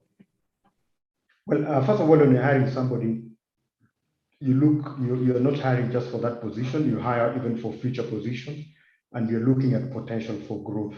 And in interviews, I've asked people, have you been a leader before? They say no. Then I ask them, in your circles at home, do people sort of reach out to you for help, or they see you as a responsible one? They say, yes, my brothers or my cousins here, when we're there, I'm normally the one that they turn to. I tell them, okay, then there you are, there you go. You are a leader, you're a resource. Yeah, it may not be formal, but that is there. And that is very important. So we're looking for those sort of leadership abilities, looking for ambition, and also looking for the growth potential, and asking people, where do you want to be in the next X number of years? I know it's a common question, but it's an important one. In my first job, I was asked, where do you see yourself in the future, like a couple of years ahead? And I remember the recruiting managers at Davis that I want to be sitting. One of them, I told them, I want to be sitting where you're sitting. I know some people have also told me that in the interviews, I want to be sitting where I'm sitting. I told them that's fine. So looking for that also. We have in this current season of the men's book breakfast, we have people who've joined a very, very fast time. And in there are some who, there's a question that we post on the sign up link. Would you like to be a lead moderator? Or are you willing to be a lead moderator? 25%, actually, about 25% of the people say yes. Others say no. Then when we ask, are you willing to moderate any of the sessions? 75% say yes, 25% say no. Now, the ones who will say that, are you willing to moderate, to be a lead moderator? When I checked this time, I saw that there were a couple of them who were first timers. They have never been there before. And for me, those were important, really, really those important. So those ones, I already assigned them immediately to be lead moderators. and then give them guidance and ask the people who have been moderating before to sort of also guide them, because they already, you see, potential leaders, including one gentleman who is in his 20s. You know, he didn't even have a book. We had to buy a book and all that, but he was willing. And for me, that's an important, already see a leader for the future. Absolutely. Yeah, I mean, when someone takes initiative, that's just amazing. Okay. And have you ever, in your experience, have you ever hired someone who was not a traditional, okay, I want to think that everyone who works in this company is an engineer, who doesn't come from the industry, or who doesn't, you know, the normal pedigree that would expect of an employee at your company? Have you ever had someone like that? Well, yes, we have had, probably not hired by me, but maybe I found them there or something like that. So we've had those people with with a lot of strength on other areas, especially people development, and they have been able to learn pretty fast. I think people can learn a lot, and also to know where they can thrive and place them where they're able to thrive. Because if it gets too technical, then again it becomes a problem. Then they can get support from others. So, and when you get people to work as a team, then really it doesn't matter who is in, I mean, who does what, because people are supporting each other. When you have a very technical question, you can ask somebody else. You can have people who are technical, but they're not experienced. Then they'll ask the experienced people. Yeah, so those aspects, yeah. But I think one interesting thing I would say that I came across was one gentleman who was very technical, very experienced in what he was doing, and he wanted to take a business development role, and he had a weakness in people, let's say, customer service, in terms of, you know, handling customers, and he thought that customers should some things are common sense. The customer should know, you know, to the extent of even scolding customers, you know, and telling them, you should be doing this. But nobody had told him that that's not the way to do it. And we had that conversation with him. Of course, some people are very uncomfortable about having some of these candid conversations. I have absolutely no problem talking with anyone about any conversation. Of course, that has landed me into problems in future, especially when I was a student. But yeah, I had this conversation with him, very nice conversation, and he was like, "Oh, okay, nobody ever said that to me," and he changed. After that, he was fantastic. Clients loved him. Wow, that's amazing. Where'd you get that boldness to just give? That thing is really hard for many people. Where'd you get that boldness to just speak like that sort of truth to someone? Well, I normally say that the worst thing that can happen is for you to be killed. And I don't think they are going to kill me for telling them that. So then I say, okay, fine. It's very far from the worst case, so don't just say it. But with respect. Yeah. Yeah. So you divorce yourself from the outcome. As long as you've done it respectfully and you've communicated clearly. Yeah, that's the thing. Okay. And with good intention. Okay, so Lawrence, what has been the role? Yeah. Oh, definitely. So for you, have you had mentors or people or sponsors within the organization? And if you have, how has that helped you? Let me say, first of all, okay, unfortunately, I never had any formal sort of mentors and all that. I looked at other people, how they're progressing, and maybe just talk to them here and there. But I remember one time I went for an interview with a very senior sort of person who's a divisional president, and they wanted a particular position. So because I was tired of the job that I was doing, so I applied, and then I was called for an interview. So I went and sat with him, and he was the president. We had a discussion, and then he told me, "Lawrence, looking at your profile, I think you are deviating from the direction that you should take. And you have very good ingredients for a particular direction, but not for this direction.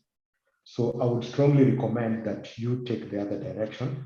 But if you still want this job, then I can consider you." He was a hiring manager, he was a president. Then he told me, just go, think about it, and then get back to me and let me know. I told him, actually, I won't even go and think about it. I've thought about it. Let me not take this position. Let me just go as per your advice.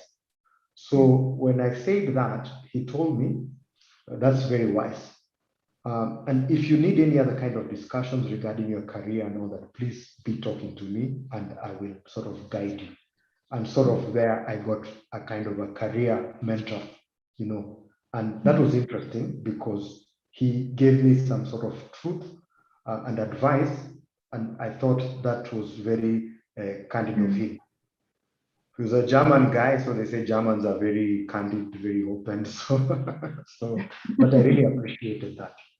But of course, I've had friends. Normally, I have a group of friends, four other gentlemen, where we sort of discuss a lot of things in life, even personal details. So even before I took up my current position, I talked to two of them individually, just to sort of hear them out and just get their opinion of what I was going to do. And then I was able to make a decision, which was informed, of course, after also being aligned also with my wife. And we've had today, I've used the word aligned a lot. It's a very important aspect of my life, alignment. Yeah, I get it. I get it. And how do you, so I'm going to digress a little bit, just as we close. So how do you build friendships with people who have this sort of common understanding and values? And because I can also tell they're probably like you, they have a lot of drive and ambition as well. So how does someone go about building and finding such people in their lives? Well, okay, for me, let me say that I was fortunate enough, and actually give credit to my wife. So because a lot of these friends that we have, it's because if you're a friend, if you're a friend to your wife's friend's husband, if you're friends to them, then those friends are that kind of friendship is likely to develop, to grow well, and that's sort of how I was able to get this kind of friendships, but also being very deliberate. So one of the friends that I got to know earlier on when we were just starting family, and we thought that actually this is a good couple, and we just said, okay, you guys, why don't we be meeting, let's say once a month, and just catch up in a very sort of, I would say, mechanical way. Let's meet. Why don't we meet next month and have a coffee or something? And we started that way, and that was able to sort of develop into other friendships. So the five of us, how we did it was, we were the two of us, two guys, and our wives, and our two children. So then we had one child each, and we said, okay, why don't you bring in one of your friend, and I bring in one of my friend. So then we are four people. So you see, you're likely to get people who have similar sort of, So you grow by, I don't know if it's acquisition or organic growth, I don't know how to call it in this case, but your similar sort of kind of profile of people growing, and that's how it became. That's awesome. Which leads me to my first question that came in. How do you maintain your networks? And how do you find time to do all these things? Because first of all, you have 14,000 followers on LinkedIn. So just, I can imagine the volume of messages. You can actually watch something you did on Tandao Varsity on soft skills, and you're seeing so many people reach out to you saying, Lawrence, I'm looking for a job, and you actually respond to them personally. So I'm just wondering, how do you maintain your network? How do you find time to do things like the men's book breakfast and speaking and all these different things? Well, I think, first of all, there's a lot of time that we have. When I did my MBA, which was evening classes, and once we finished, those of you who have taken evening classes, a lot of time between 5 p.m. and the time that you sleep. And I realized that actually there's a lot of time that we could do many things. And so it's just to make use of the time. And some of these things are seasonal. For example, the men's book breakfast, we do it, just quarterly and 5 weeks per quarter. And people have asked, let's do it more. I said, no. Let's just stick to that, because also we have other things to do. you find that if you look at the time that you have and the kind of activities that you do with your time, you find there's a lot of time that you have, as well as you have to sit with your wife. So every day during the weekdays, I sit with my wife for about 1.5 hours every day as we take tea and catch up, just the two of us without any other thing, as well as every day. children help with work. Every day. So I'm not trying to show off or anything, but just to show that there are things that are possible and you can do all these things within the required time. Just check what is really not value adding that you are doing, and it is not resting, because resting is value adding. That's important. You're not relaxing. The things that you are doing that are not value adding, can you do away with them and then replace them with something else that you probably enjoy? And yeah, you'll find that you can do a lot of things. So take a strict audit of the time and what you're doing during that time. Okay, that's awesome. And then what are the key qualities one should look at developing if they want to be a CEO or MD? Well, I think first of all, you need to have ambition, because ambition is very important. Because when you become whatever role you have, position you have, that's really a starting point, and that's aimed at achieving something. So you need to be quite ambitious, whatever group you're going to lead or company. I think you need to show that, of course, ambition in the group. You have to do a good job, like I said, so you are known for something, like I said, that personal branding, and you are able to sort of explore opportunities within your organization globally, if you're in a global organization, or you could even go to other organizations, try to explore. Spend time on subscribe. For example, I, even as MD in the previous company, I was subscribing to the job alerts, to the job alerts within the company, so that something interesting may come and I'll not miss it. And then if it's interesting, then I could apply and move. So those job alerts are very important. Of course, you need to make yourself visible. And again, online on LinkedIn, it's possible to have a lot of visibility, because you could be headhunted for a job in a different company, from the one that you're working. And how are they going to headhunt you if they don't see you? So you need to have a very good profile. The about section on LinkedIn, you can explain better, because you people are in this field, but the about section about you, write it nicely, make sure there are at least 3 paragraphs, that's what I say, and you showcase what you're doing and get active, and you will be noticed. So I think that's very important. Yeah, and of course you need to put God first. I would say that, but go for the opportunity, and something will come up. Absolutely. Read a lot. And of course. All right. And we have some questions from YouTube. How do you stay motivated when you're not feeling up to it? Oh, I like this question. Let me tell you, this question reminds me of motivation and inspiration. Like, do you always feel motivated, Lawrence, to do what you do? And if you don't feel motivated, what do you do about it so that you keep going? Well, I think one in a doctor's place, and he was saying that if you are just happy all the time, then to go and visit Dr. Frank Njenga, that's the psychiatrist, because there's something certainly wrong with you. That's what this other doctor told me. Yeah, he's not a psychiatrist, and he was just trying to validate the fact that life has different phases. Just today, actually, this afternoon, I was feeling very demotivated. I had quite a lot of workshops and all that, and I was feeling very tired mentally, and I was like, wow, am I even going to manage to have this conversation this evening? So at about, I think, 4 p.m., I just got out. I'm working from home today. Actually, I've been working from home most of the time. So I just went out for a short drive, and basically got refreshed, and came back, and I was feeling much better. You'll always not be motivated.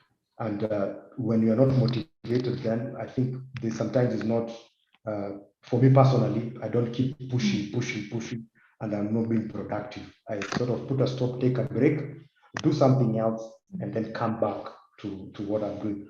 Or even just have a conversation with someone else, and you can feel quite uplifted. I've actually asked people before, by the way, what do you do when you feel discouraged? Yeah. Just a friend, I just asked, by the way, what do you do? And then they tell me, and then, yeah, you see it sort of helps you, and it's able to uplift you. Absolutely. And I'll also say, it depends, because that question is, it could also be this person has not been motivated to do something for a very long time. It's not just a little sliver of time. Maybe it's a long time. Yeah. And so I don't know that this was a different question, but it says also, when is inaction, just following up with that, also when is inaction a sign of burnout or I need to move to another position vis-a-vis laziness? Well, I think, yeah, there is a burnout, which is, okay, some people dispute it, but yeah, there's a time it's like enough is enough. I can't give anymore. Law of diminishing returns in your productivity. People who are normally would be doing a good job, they get lethargic. You also don't even feel the job. And certainly, you need to find out where that is coming from. Also, it could be that it's momentary, or it could be that you need to find something else to do. Now, in our economy here, probably we don't have a lot of choice. So you have to go to work because you need the money anyway. So if you ask yourself that I'm going to spend 8 hours there in a day, so I think it would be nice to also ask yourself, then what can I do to make this interesting? Or can other activities that I can do that will motivate, and also have that discussion. I think it's always important discussion with your manager, with your supervisor. And if that manager or supervisor is actually the cause of that demotivation, then you can speak to their manager or to somebody else. But it's good to have a conversation with somebody else. Don't suffer alone, because people are suffering a lot, even mentally. They're not able to, they become unproductive. They don't like the job. They want another job. But then also, if you ask them, what have you done towards getting another job? You see the CV has stayed the same way for the last 5 years. Nothing has changed. Or rather, there's really no action towards moving in the direction that would make it interesting. And if you get stuck there, then really there's nobody who can pull you out. It's only you who can pull yourself out. I've not always been motivated. There are times I felt like I think I should just get another job, or I wish I was a billionaire, then I would not go to work, and that kind of thing. Just wishful thinking, but the reality on the ground is different. But do something about that. And the beginning is just to talk to somebody about it and be very candid. Absolutely. If you have a mentor, that's very helpful. And good, you can look for one. That's what I would say. Look for one. And they say that there's the most distant person you can reach is actually 6 people away from you, irrespective of where they are, even if they're in a different countries. There's 6 steps you can reach anyone, even Kim Jong-un in North Korea, if you want him to be your mentor. 6 people away. Yeah, the most definitely. Yeah. And I would also say that at Angonaut, we actually do have a career consultation. So if you're kind of in this crossroads, you're not sure what you need to do, and you're not sure why you're feeling this burnout, you can talk to us. Yeah. Just go to our website, angonorth.com. You'll be able to see that there. And the other question is, how do you not compare yourself with others? Some people look so shiny. Well, I think, yeah, that's I would say that's very common, and across different levels. So when you're in the 20s, 30s, when you started work, some other guys have cars, you don't have a car, and all those aspects. They're buying a house, you don't have, they have a plot, all these kind of things. I think it's good to chart your own and know that this is my life, and my life is not somebody else's life. And if I'm going to compare myself with somebody else, it's for purposes of progress, but not to frustrate myself because of this, where people are going, or where people are. So remember, life is a marathon, not a sprint. Today they are ahead, tomorrow you may be ahead. But anyway, ahead of what? The thing is that you have to compare yourself with yourself. Where you are today, where do you want to be tomorrow? That is what you work with. And like you say, in Angle North, you probably tackle those. I think those are important things to sort of be able to help people out, because people are really suffering. Because when you look up on the other side, those guys seem to be moving, and us, we are not moving. Yeah, that's what I can say about it. Absolutely. Yeah. It's because I mean, it starts with vision, right, Lawrence? You have to have a very clear vision of where you're going. Otherwise, everyone else's vision is always distracting you. You're always feeling like there's something I'm missing out on. This one looks nice. Tomorrow, this one looks nice. Yeah. Okay. Yeah. One book I would recommend, actually, it's called The Power of Focus, which I think I have a copy here. The Power of Focus by Jack Cranfield. And it says how to hit your business, personal, and financial target with confidence and certainty. And you'll see that it has very simple things. Some of the people in probably attending here have done it. It has very simple things that you could apply in your life, and they'll be able to sort of help you. But there are also many other books, even if you check online, things that can help you to have those goals, and then you have the right habits towards achieving those goals, because that's very important. It's those habits, what you do every day, how is it going, that are going to help you to accomplish what you need to accomplish. But you need to start with, where am I going? Absolutely. Okay. So the last question is, how do you, I've lost it.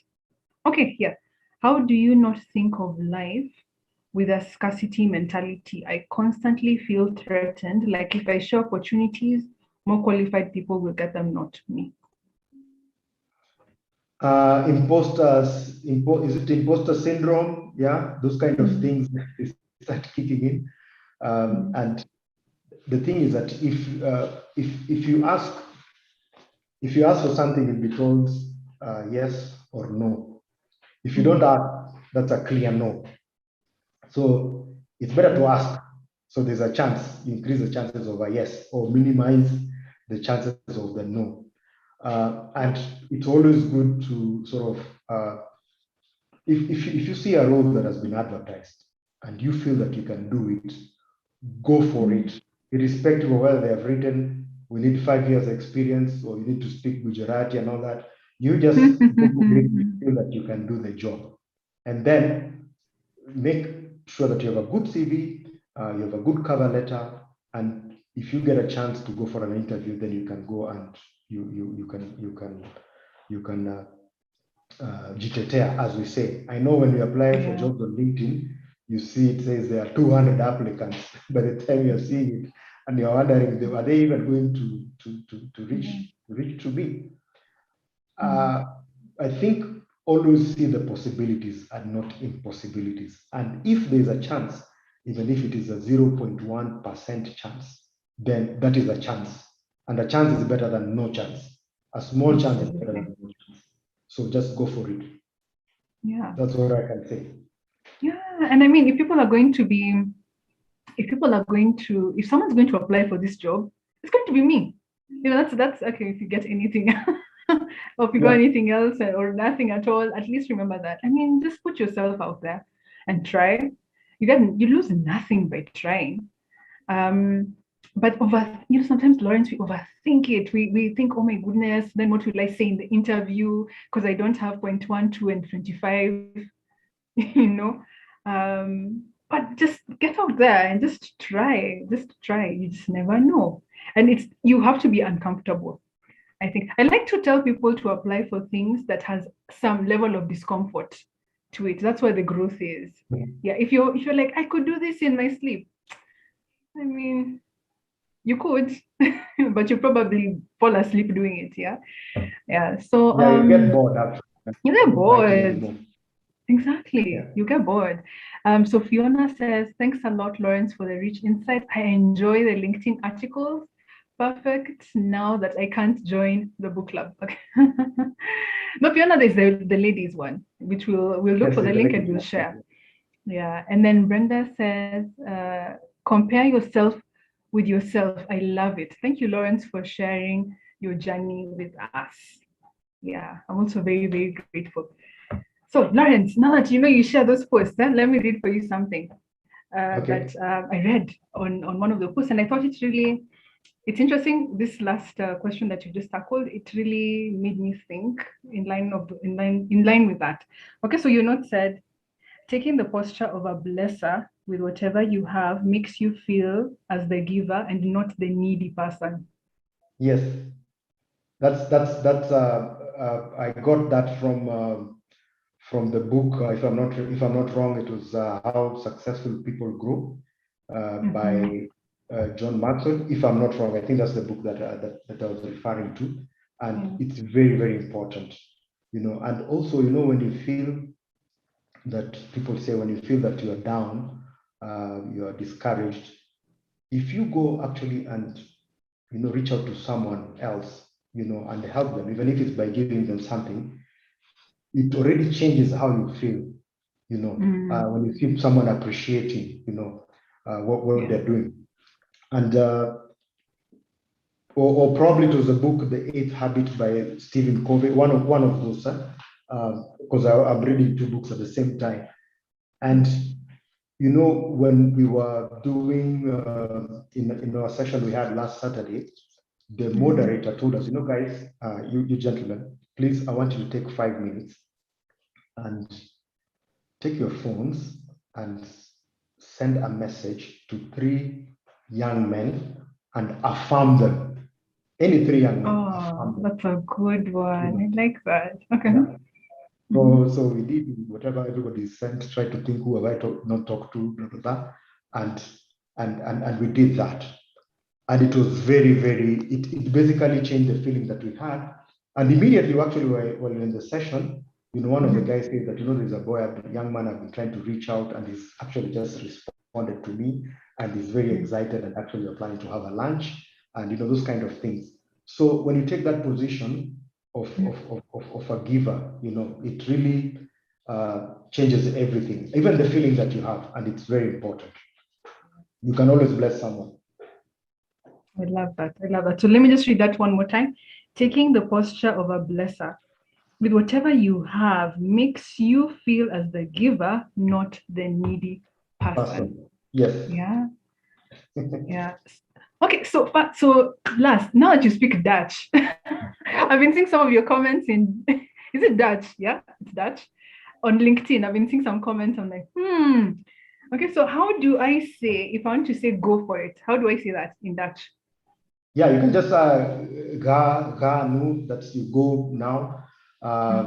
Yeah, or just ga, or yeah, you can say many things. And ga is like GA. GA, wow, I love Dutch. That's all you have to say go for it. My gosh. So Yeah, like if I'm motivating someone to go for it. Yeah, just ga nu. So there you could say that also. So go for it. Great. So guys, that's Or going to be you mut nu ga. Oh, mutnuga. I love it. Yeah, ga. You must go now. I love it. I love it.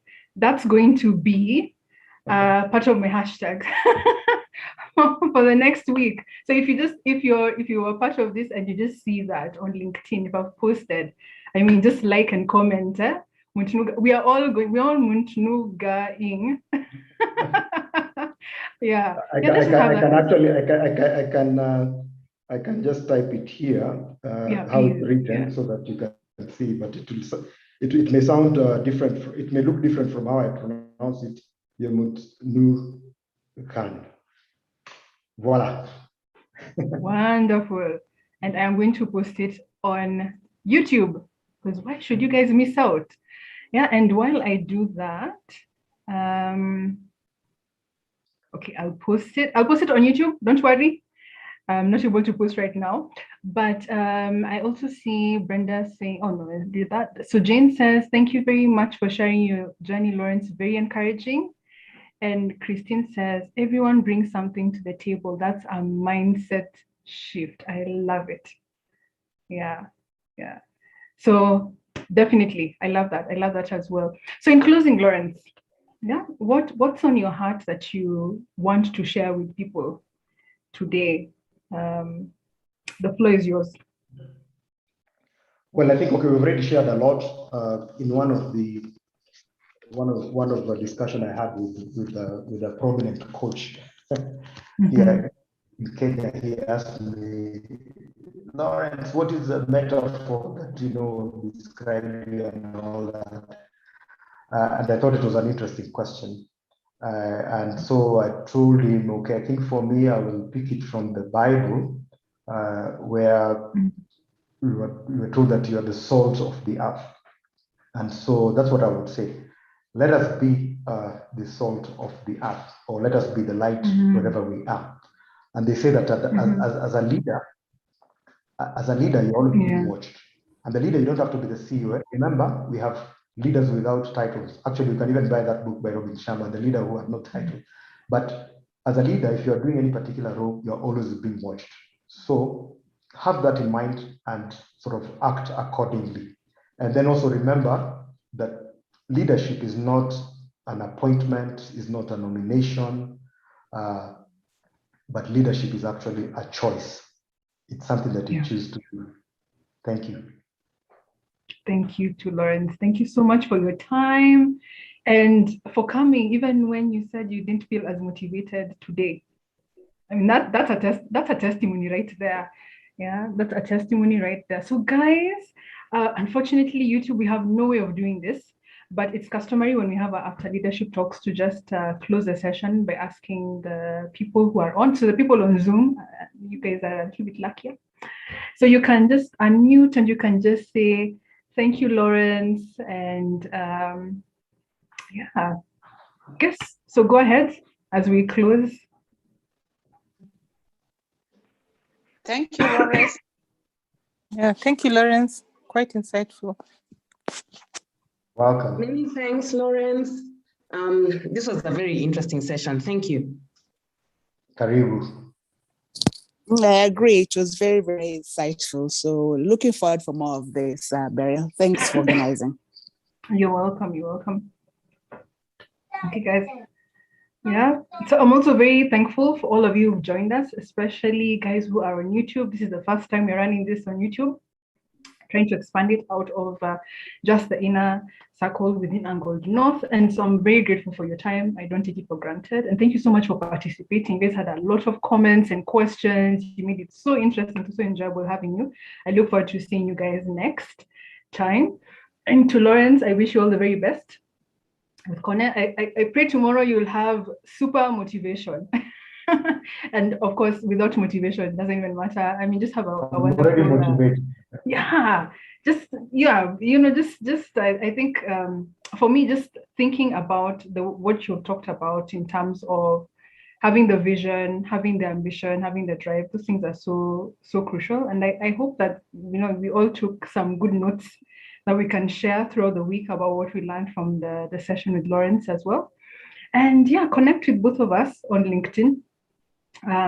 Let us know that you are attending and that you enjoyed the session. I would love to hear what you got from it. And I wish you all a wonderful evening. And I look forward to seeing you again soon. Yeah, so Lawrence, there are still comments streaming in, as you can see. But I thank you all for your time. Yeah, and God bless you all. So yes, thank you. Thank you, Alida. Thank you, Christine. Actually, you're the one who should be saying thank you, right? Or welcome. So the comments are for you. Welcome, Asanteni, karibu sana. Yeah. And thank you too for your time just to be here. Without an audience, then this is not successful. All right. And thank you so much. And thank you to your wife too. Thanks for having me in this session. I really appreciate it. Thank you too. And I thank you for your wife, because I know this from what I've heard, you guys have a proper session booked every day. So thank you from us for the time that she's given. We really appreciate it. Thank All you. right. Okay, so good night, everyone. Bye. Thank you, Beryl. Good night. Bye. You're welcome. Good night. Good night. Bye. Bye.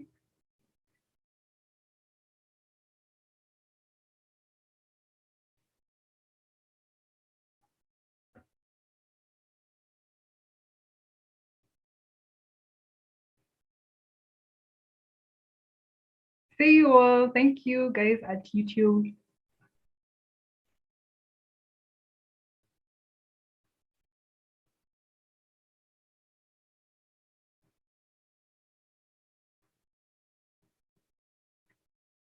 All right, don't forget, if you're on YouTube, you can subscribe. At least I will keep you in touch with all the content we'll be sharing as well. Yeah, and have a wonderful evening.